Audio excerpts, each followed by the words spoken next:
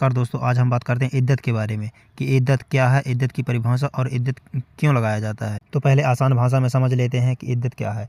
तो इद्दत जब कोई एक विवाह तलाक या मृत्यु के कारण विघटित हो जाता है, पति द्वारा तलाक दे दिया जाए या फिर पति की मृत्यु हो जाए, तो स्त्री कुछ समय तक विवाह नहीं कर सकती है। यदि इद्दत के समय में वह विवाह करती है तो उसका विवाह वैध नहीं माना जाएगा। पति की मृत्यु एवं तलाक के बाद यदि वो कुछ समय के लिए विवाह नहीं करेगी, तो जो वो समय चलेगा तो उस समय को इद्दत का समय कहते हैं, उसको इद्दत कहते हैं। और ऐसा इसलिए करते हैं ताकि यदि पत्नी प्रेग्नेंट हो तो कुछ समय के बाद पता चल जाए। अब इद्दत का समय जान लेते हैं कितना होता है। तो तलाक के बाद जब पति अपनी पत्नी से तलाक लेता है तो उसके बाद वो 3 चंद्रमास विवाह किसी और से विवाह नहीं कर सकती। 3 चंद्रमास उसका इद्दत का समय होता है। मान ले है कि 19 दिन और 6 घंटे का समय, ये इद्दत का समय होता है जब वो तलाक लेती है।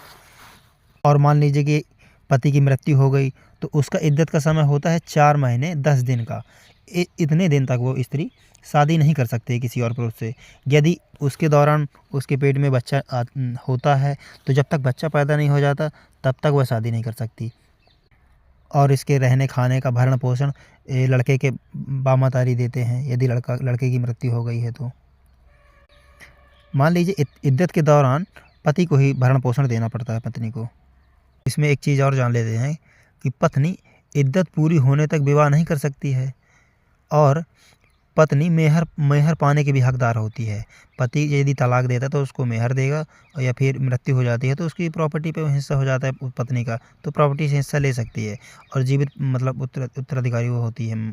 जैसा कि हम समझ गए कि इद्दत क्या है कि पति की मृत्यु एवं तलाक देने के बाद पत्नी कुछ समय के लिए विवाह नहीं कर सकती है, उस समय को इद्दत का समय कहते हैं।